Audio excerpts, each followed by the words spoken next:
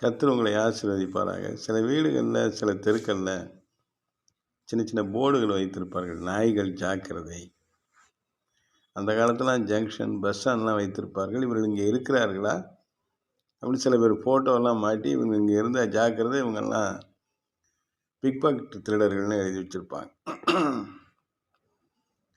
Police ஸ்டேஷனில் பார்த்தீங்கன்னா சில பேருடைய ஃபோட்டோஸ் ரவுடி லிஸ்ட்டில் இருக்கும், கேடி லிஸ்ட்டு. சாலையில் போகும்பொழுது எச்சரிக்கை பலகைகள் இருக்கும். ஜிக்ஸாக்கு, பெண்டு, பாலம், பள்ளம், ஸ்பீடு பிரேக்கரு, குறுகலான சாலை, ஆக்சிடென்ட் பிளேஸ், ஆக்சிடென்ட் ஜோனு, லெஃப்டில் திரும்பணும், ரைட்டு, இப்படி பலவிதமான எச்சரிக்கை வாசகங்கள் வாழ்க்கையில் இருக்குது. மதுபான கடைக்கு முன்னாடியே மது உடலுக்கு கேடுன்னு போர்டு இருக்குது. புகைப்பிடிக்கிற சிகரெட்லேயே புகை பிடித்தல் உடல் நலத்துக்கு கேடுன்னு இருக்குது.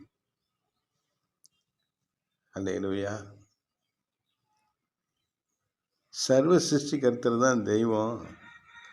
ஆனால் இந்த மனுஷனுடைய கை வேலையால் செய்யப்பட்ட விக்கிரகங்களுக்கெல்லாம் முன்னாடி போய் நிற்கிறீங்களே, விக்கிரகங்களை ஆராதிச்சா உங்களுக்கு நரகம் நிச்சயம்னு யாரும் எழுதி வைக்கிறது இல்லை.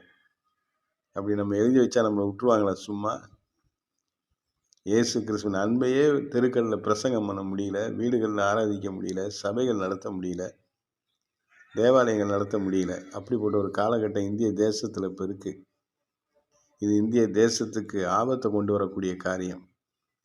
எங்கே கர்த்தருடைய பிள்ளைகளை கஷ்டப்படுத்துகிறார்களோ அந்த இடத்துல கர்த்தருடைய கோபம் பயங்கரமாக உண்டாகும்.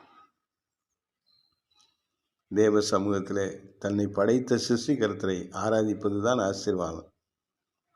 இது மிகப்பெரிய எச்சரிக்கை. சிருஷ்டிகரை விட்டு விட்டு சிருஷ்டியை தொழுது கொள்வது நம்முடைய சரீரத்தை மட்டும் பாதிக்காது, நம்முடைய முழு ஆத்மாவையும் நரகத்துக்கு நேராக நடத்திவிடும். இந்த வார்த்தைகளை அனைவருக்கு நாம் சொல்லி அனைவரை கிறிஸ்துவண்டை வழிநடத்த தீர்மானம் எடுப்போம். கர்த்தர் நம்மை ஆசீர்வதிப்பார்.